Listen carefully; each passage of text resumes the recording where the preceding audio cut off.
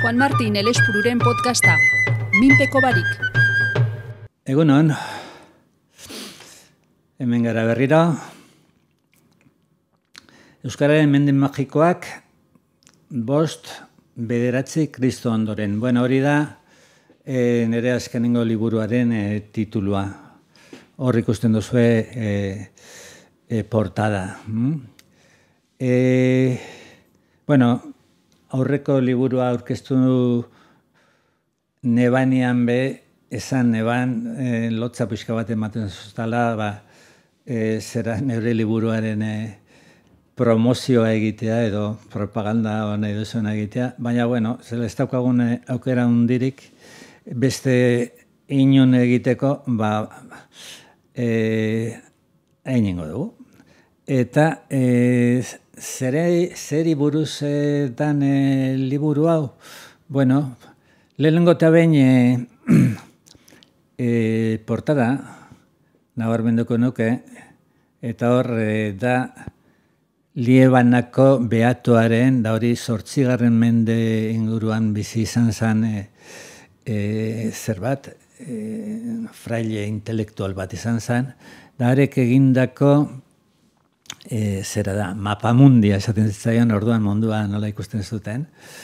Eta Baskonia lurralde zabala aitortzen jako. Hor, ez dakite, hurbiltzen baduzu eta ordenadorean ikusten baldin baduzu, ikusi duzu Baskonia, bikoitzarekin zertzen duela.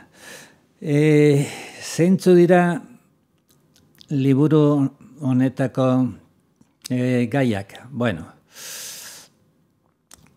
lehenengoa da Euskalduntze berantiarra, jende askoren teoria kutuna. Bueno, Euskalduntze berantiarra nik uste dut entzule askok badakizuela zer dan, eta segura asko Santanaren bideoa ikusita zaudetela askok eta askok.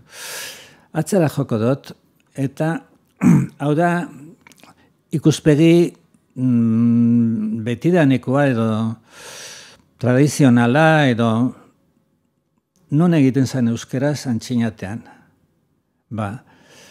Ikusten duzue Tobarren mapa, Tobar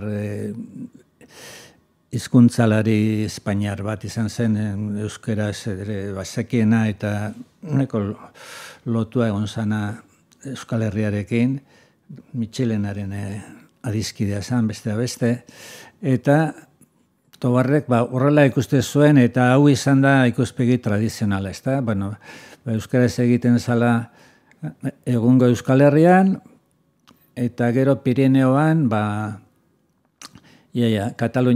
Katalunian nahiko Andorra ero pixkata arutza arte, eta Akitanean ere nahiko gora arte, ezta?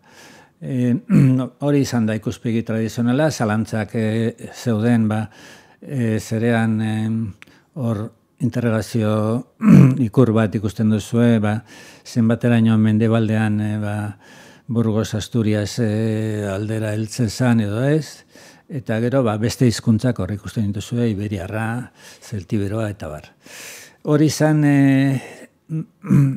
ikuspegi tradizionala eta onartua bezala, baina 1925, 1930 eta hortik aurrera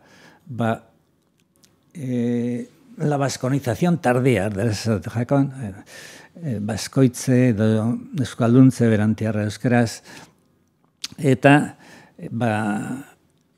sasoi hortan indartu zen beste teoria bat, eta zen Gómez Moreno, Sánchez Albornoz, historialari espainiarrak,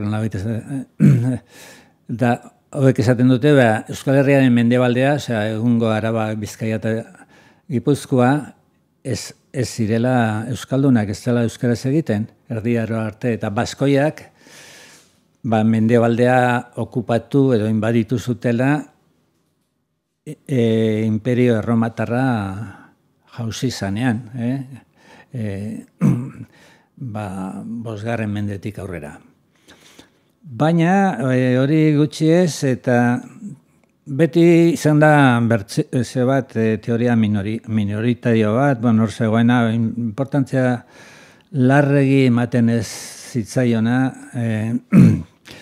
eta ara non, bertsio modernoa, 2010etik aurrera datorren, eta batez ere 2014ko Alberto Santanaren Baskoniako historia bat dokumentalak indartzutakoa. Baskoiak ez ziren euskaldunak. Akitaniarrak hegoaldera jo, eta jo zuten imperio erromatarra jauzi zenean, da hegoaldea euskaldundu zuten. Lehenengo Naparroaldea, eta gero mendebalderuz jo, eta Gipuzkoa, Bizkaia eta Araba. Bueno, hori da zera, teoria, gainera auspotutakoa, Euskal Telebista berak auspotutakoa, eta, bueno, honek implikazio politiko sakona ditu, edo geopolitikoak ez nahi badu. Euskaldunok lurraldearen, mendebaldearen inbaditzailea da gara, ez da garbi izaten, baina hor implizituki badago olako zerbait. Ze zilegitasun daukagu, euskara inposatzeko, komatxonartan, erdera nagusitu bada, historian zehar, modu naturalean, ez da? En fin, lehen erderazkoa esan da, oin berriz. Bueno, nik alegindu naiz teoria hori desmontatzen, 1000 datu ematen dut, da liburuaren parterik luzena, baina, bueno, hemen ekarri ditut, zer batzuk, ez da. Eta gainera, Iruña Beleiako kontuakin, badakizue, oso sartuta ibili naizela eta nabilela, eta hor, gai honek garrantzia handia du. Baina, bueno, hori geroko zera da, ez da? Esan bezala, gai honen inguruan luze eta zabal zertzen da liburuan, eta, bueno, pentsatuko duzunez, nago adoz, eta gainera ematen da 1000 datu eta argudio horren kontra. Bigarren gaia da artikulua erdiarokoa dela. Batzuk pentsauko duzue, hauek direla filologoen arteko eztabaida bizantinoak, eta badira eta ez dira. Ze honek gai honepe implikazio handiak izan ditu, eta Iruña Beleian araina, polita, sua, ura agertzen dira, eta hori izan da EHUko filologoek grafitoa kondenatzeko erabili duten argudio nagusia. Beste batzuk ere izan dira, baina hori izan da argudio nagusia. Eliseo Gil zuzendariari 7 urteko kartzela eta ia 300.000 euroko izuna sartu nahi izan zioten, grafitoak berak faltzutu zituela eta olakoak zeakin, eta dana gezurra. Lehen esan dudan bezala, ez dira filologan arteko eztabaida bizantinoak. Hor, hainbat froga zertzen liburuan zehar beste pila badaude, baina esatea baterako Ibarra agertzen da, Extremadurako zerbaten, hemendi joandako emigranten bat izango zen, segurazko, Ibar, badakizue, Ibar A artikulua. Ilunna agertzen da, hau, Iruña Beleia Tresponten agertutako zerbaten, gaur galdua dago, Ibili A, hau, Foruan agertzen da, Bizkaian eta bar, eta bueno, beste argudio pila bat ematen da. Euskara batu zaharra, gure unibertsitateetan erakusten da, Euskara batu bat sortu zela Goi Erdi Aroan, Euskal Herria halako eremu semi edo independente bat izan zen sasoian, iparraldean frankoak, hegoaldean bisigodoak zituenean, da gero musulmanak. Bueno, hori izan zen Mitxelenak 1980 batean, da haren ondorengoak hau batez onartu dutena, baina ze datu edo ze daukagu teoria horri eusteko, nire ustez ez du oinarri sendorik zerak, eta hori ere frogatzen saiatzen naiz liburuan zehar. Naiz, liburuak irakurtzeko dira, eta ez dute luzatu nahi aurkezpen honetan. Eta azkena da, unibertsitateetan erakusten da, Euskara batu zaharra egon zala, baina laster hasi zala desegiten eta dialektoak sortzen, euskalkiak sortzen. Eta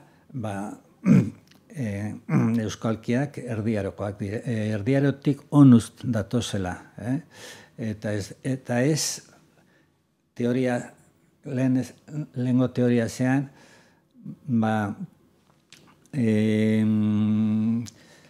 karistiarrak, bartuliarrak, baskoiak, autrigoiak, bakoitzak bere dialektoa zala, eta hori islatu dela garai modernoetan ere, baskoiena nafarrera, oi nafarrera, barduliarrena gipuzkera, karistiera bizkaitarrena, gutxi gora bera, debarroa barne, eta bar, ez? Eta hori izan teoria tradizionala, gero Elizbarrutiak ere hori hartu zutela eta bar.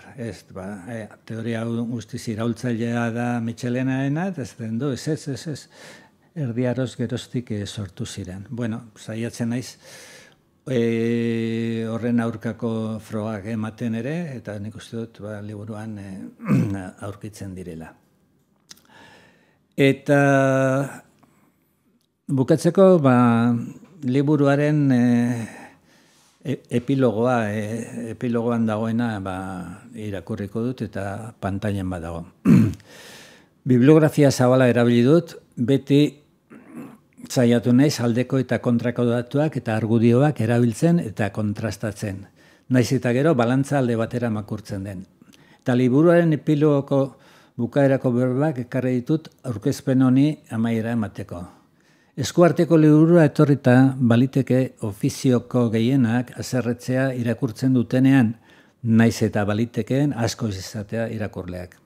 Baliteke gehientzuak ados egotea lehen atalean esaten denarekin, Euskalduntze berantiarraren ipuina irenzteko, estarri zabala behar baita. Eta gainera, Mitxelena ez zegoen ados. Baina baliteke beste atalekin gehientzuak zutan jartzea. Goi Erdi Aroko artikulua, Euskara batu zaharra eta ondoreko euskalkien teoria zalantzan jartzea, bekatu mortala baita. Zer egingo diogu honezkero ez dugu ikasiko isilik egoteak zenbat balio duen. Dena dela, norbaitek esan beharko dio, erregeari biluzik dagoela. Ulergarria da zarrea, zuk bizitza guztian gauzaba sinetzi eta erakotzi baduzu, eta gero, sasile trau bat etortzen bazaizu izaten gauzak ez direla horrela, ez da harritzekoa barruak esaldatzea. Badakit honekin ere ez dudala lagun berri asko egingo, baina amicus es Plato sed amicer veritas. Laguna dut Platon, baina lagunago egia. Bakoitza bere egia defendatu behar du, bakoitzak egia dela pentsatzen duena alegia, ni ez naiz egiaren jabea, da beste inorrez. Beste inor ere ez. gaiztakeria bat egin duen mutiko sentitzen naiz. Eta ez nintzateke sentitu behar. Bueno, hauxe, beste bat arte, hor